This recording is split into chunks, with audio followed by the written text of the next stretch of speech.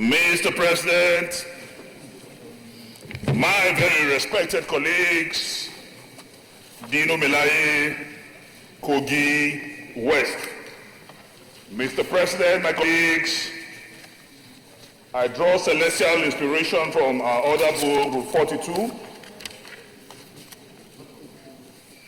and 52.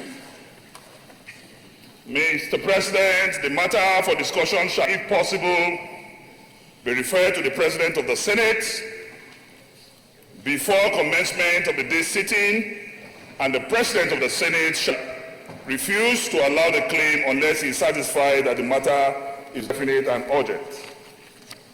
My respected colleagues, Order 52, notice shall not be dispensed in the case of a motion in respect of any other proceeding for which notice is required except with the consent of the President of the Senate and the general assent of senators present. Mr. President, my respected colleagues, this morning I bring to you notice the activities of kidnappers on Lokoja-Abuja Express Road. That road is a gateway to 9 states of the Federal Republic of Nigeria. It is a road adjoining the southern and northern part of this country. Distinguished Senator Dino, because you are coming under Orders 42 and 52, we need the approval of at least 1/5 of the senators before you go any further. So let me put the question, if you have exhausted the introduction of your... So those in favor of the motion that he presents his motion based on Orders 42 and 52 say aye. Those against say nay. The ayes have it. You can present your motion.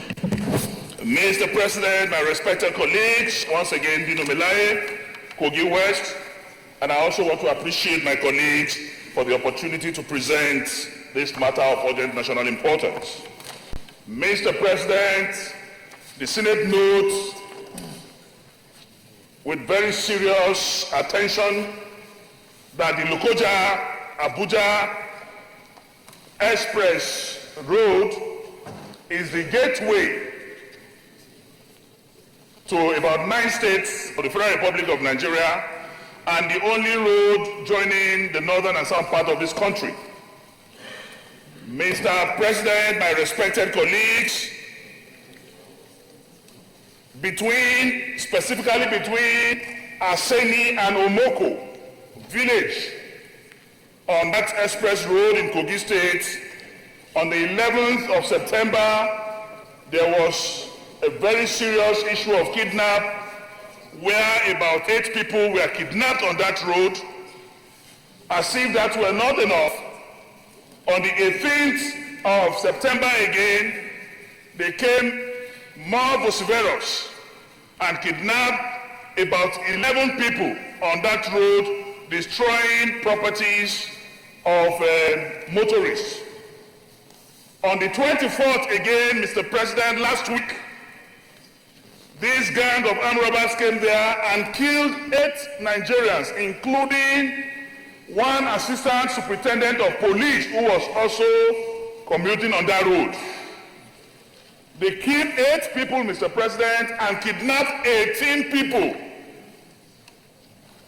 My worry is that it happened on the 11th and no proper security attention to it.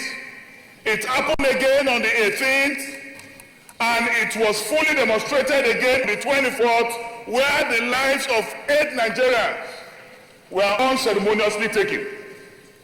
Mr. President, in a country where there is law and order, where the poor and the rich pay their tax,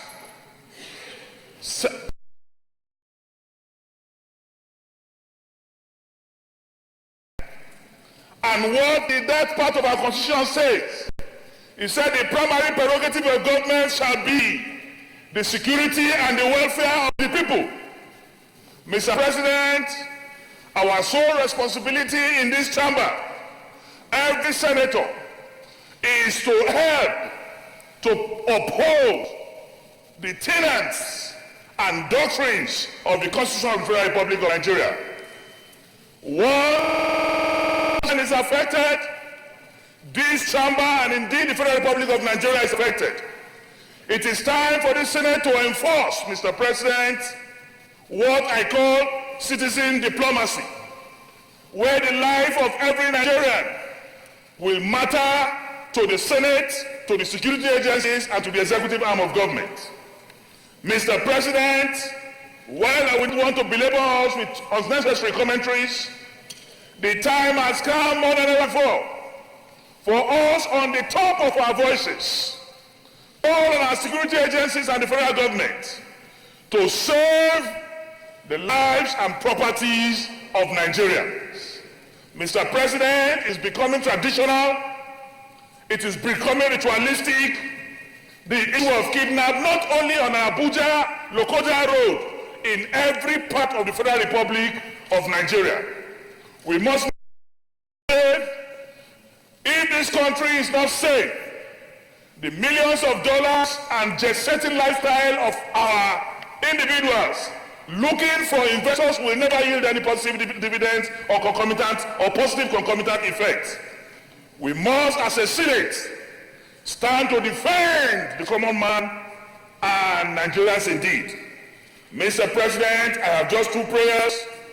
Prayer one, all the security agencies to adequately secure this very important road and every other major roads in the Republic of Nigeria. Two, call on the Inspector General of Police to intensify efforts in protecting the lives and properties of Nigeria. Mr. President, as I round up, I think this should go beyond the normal presentation of motions, secondment, and resolution. I think the attention of the federal government and specifically the security agencies must be brought to these dastardly acts. Something more aggressive must be done beyond normal, because abnormal situations demand abnormal instruments. If we don't do something, Mr. President, something will do us.